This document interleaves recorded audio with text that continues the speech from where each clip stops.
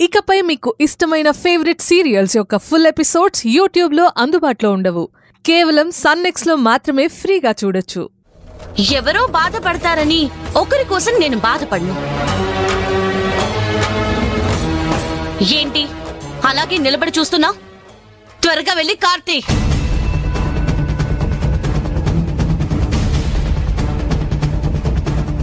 కొంతమందికి ఒళ్ళు మండిపోతుందని కూడా నాకు తెలుసు.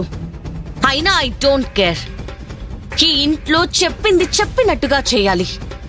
కుదరదు అది ఇది అని నాకు ఎదురు చెప్పాలని చూడొద్దు. ఎంత బిల్డప్ ఇస్తున్నావు సుందరి? జైలుకి వెళ్ళిన దానివి జైల్లోనే ఉండాల్సిందే. సరే పద. సుందరి మేడం, మీరు తిరిగొచ్చేసరికి వంట చేయమంటారా? అంత వెటకారం అక్కర్లేదు మేడం. మీ ఇష్టం వచ్చిన వంట చేయండి. ఇది జీవితం, నాటకం కాదు. మనిషి ముందొక రకంగా, మనిషి వెనకాల మరో రకంగా ఉండడానికి. అలా ఆలోచించడం కూడా మంచి పద్ధతి కాదు. నేను చెప్పిన మాట అర్థం చేసుకుంటే మంచిది. ఏముందిలే అని గాలి కుదిలేస్తే బతుకు బజార్లో పడుతుంది.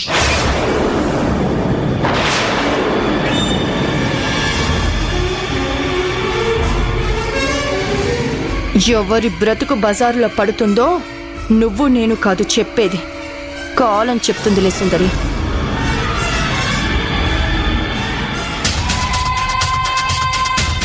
కార్తీక్, కార్తీక్,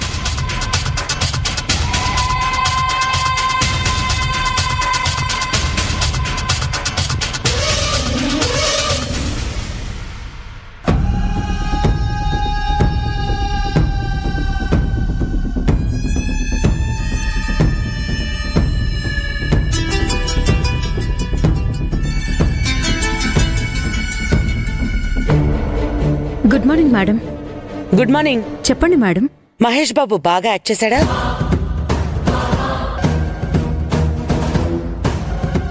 నేను సినిమాకి వెళ్ళినట్టు మేడంకి ఎలా తెలిసింది? రాత్రి సెకండ్ షోకి, మార్నింగ్ ఏమో షాపింగ్కి వెళ్ళావు. మాట్లాడు భావన. పేరుకి తగ్గట్టుగా బిహేవ్ చేయి భావన. నేను చెప్పిందేంటి, నువ్వు చేసిందేంటి? మేడం, అది మా రిలేటివ్స్ వస్తేను. రిలేటివ్స్ రాలేదు భావన, నాకు తెలుసు. కప్పిపుచ్చుకో. ఏం భావన, ఏం ఆలోచిస్తున్నావు? సినిమాకి నువ్వు, నీ భర్త, నీ కూతురు మాత్రమే వెళ్లారు. ఇంటర్వెల్లో పాప్కార్న్ కొనిపెట్టావు. మధ్యలో నీ భర్త బయటకు వెళ్ళి ఎంతసేపైనా రాకపోతే నువ్వెళ్ళి చూసొచ్చావు. అన్ని నిజాలే చెప్తున్నారు. ఇక నేనేం మాట్లాడినా వేస్ట్. నేనెట్టి పరిస్థితుల్లోనూ ఢిల్లీ వెళ్ళకూడదని అనుకున్నాను. హైయర్ అఫీషియల్స్ వల్ల రావాల్సొచ్చింది. ఆ కారణంగా నేరం చేయని ఒక నిర్దోషిని మనం లోపల పెట్టాం. నేనక్కడ లేను కాబట్టే బాధ్యత నీకప్పచెప్పాను. నేను లేకపోవడం చూసి ఆ సుందరిని ఏమైనా చేయొచ్చు. కేసు ఎటైనా మలుపు తిరగచ్చు, ఏమైనా జరగచ్చు. నిన్నుంచి ఇక్కడికొచ్చాను. సినిమాలు, షికార్లు ఏంటి, అది కూడా డ్యూటీలో ఉన్నప్పుడు. ఏమైనా లీవ్ పెట్టావా? అది కూడా లేదు. అవును మేడం, లీవ్ పెట్టలేదు. Sorry madam. సారీ చెప్పినంత మాత్రాన ఏమవుతుంది భావన? ఇప్పుడు సుందరి దగ్గరికి వెళ్లి చూస్తే లాకప్ డెత్ కావచ్చు. దానికి కారణం నేనవుతానా? పిచ్చి వేషాలు వేయకు భావన. వెళ్ళు, సుందరి దగ్గరికి వెళ్ళు. సుందరిని మంచిగా చూసుకో. అలాగే మేడం. అవును, మన డిపార్ట్మెంట్లో రత్నసీత నాకు బాగా తెలుసు మేడం. పార్ట్నర్సా? మాట్లాడు. బాగా తెలుసు అంటున్నావు, పార్ట్నర్సా? దాని మీద కూడా ఒక కన్నేసి ఉంచు. అలాగే మేడం. నేనొచ్చేసరికి నేను సాటిస్ఫై అయితే చాలు, లేదంటే నీకు ట్రాన్స్ఫరే. అలాగే మేడం. నీ కూతుర్ని చదువు మీద శ్రద్ధ పెట్టమను. నా కూతురు చదువు గురించి నాకే తెలీదు, మేడంకి ఎలా తెలుసు?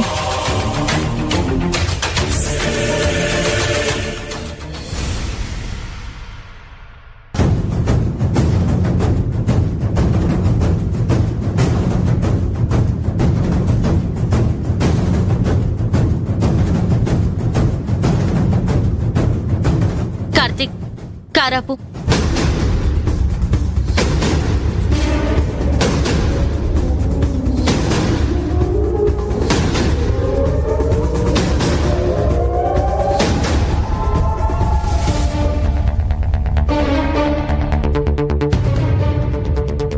ఏంటి వేషాలేస్తున్నావా?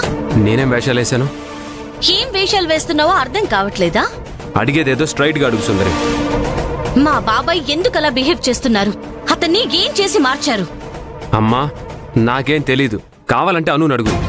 అడగడం కాదు, ఇక నుంచి కడిగి పారిస్తాను. పోలీస్ ఇన్వెస్టిగేషన్ లో ఆ కర్చీఫ్ కి బ్లడ్ అంటించి నువ్వే పెట్టావు కదూ?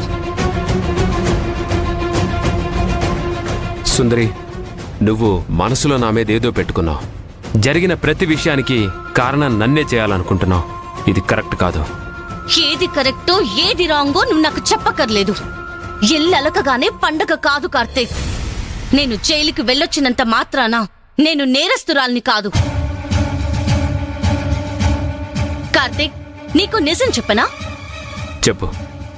రాజేశ్వరమ్మని చంపింది నువ్వే.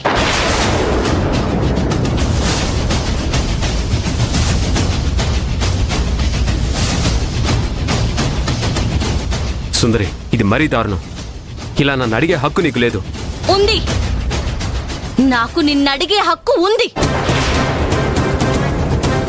పోలీసులు నన్ను అనుమానంతో అరెస్ట్ చేసింది నిజం.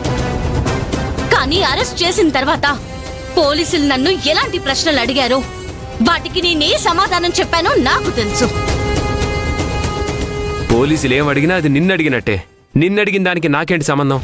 పోలీసులు ఎలాంటి ప్రశ్నలు అడిగారో నీకు తెలియాలి. సుందరి, నువ్వు నిర్దోషివి. మరి దోషి ఎవరు అనుకుంటున్నావు అంటే కార్తీక్ కావచ్చు అని నీ పేరే చెప్పాను.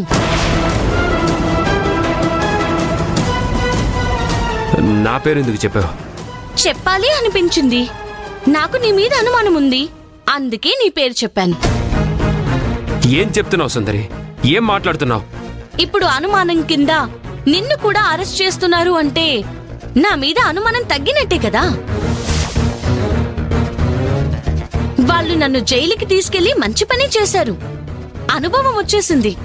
ఆ అనుభవం నాకు నేర్పిన పాఠాలతో నేను అసలు నేరస్తులు ఎవరనేది పక్కాగా చెప్తాను.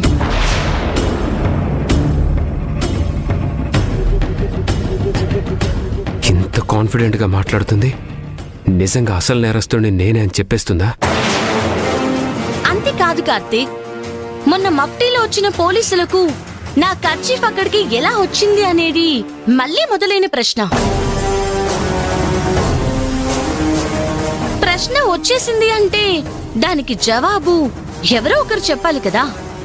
ఆ ఎవరో ఒకరివి నువ్వే ఎందుకు కాకూడదు కార్తీక్? రాజేశ్వరి గారిని ఇంట్లో నుంచి బయటికి తీసుకెళ్లావు. మీరందరూ చూశారు కదా, నేను ఒక్కడే ఆ రోజు కారులో వెళ్ళాను. సాక్ష్యాలతో పనే ఉంది. నేను నిజంగా ఆంటీని చంపలేదు. కానీ అవకాశం దొరికింది. నిన్ను పర్మనెంట్ గా ఇంటి నుంచి దూరం చేద్దామని ప్లాన్ చేశాను.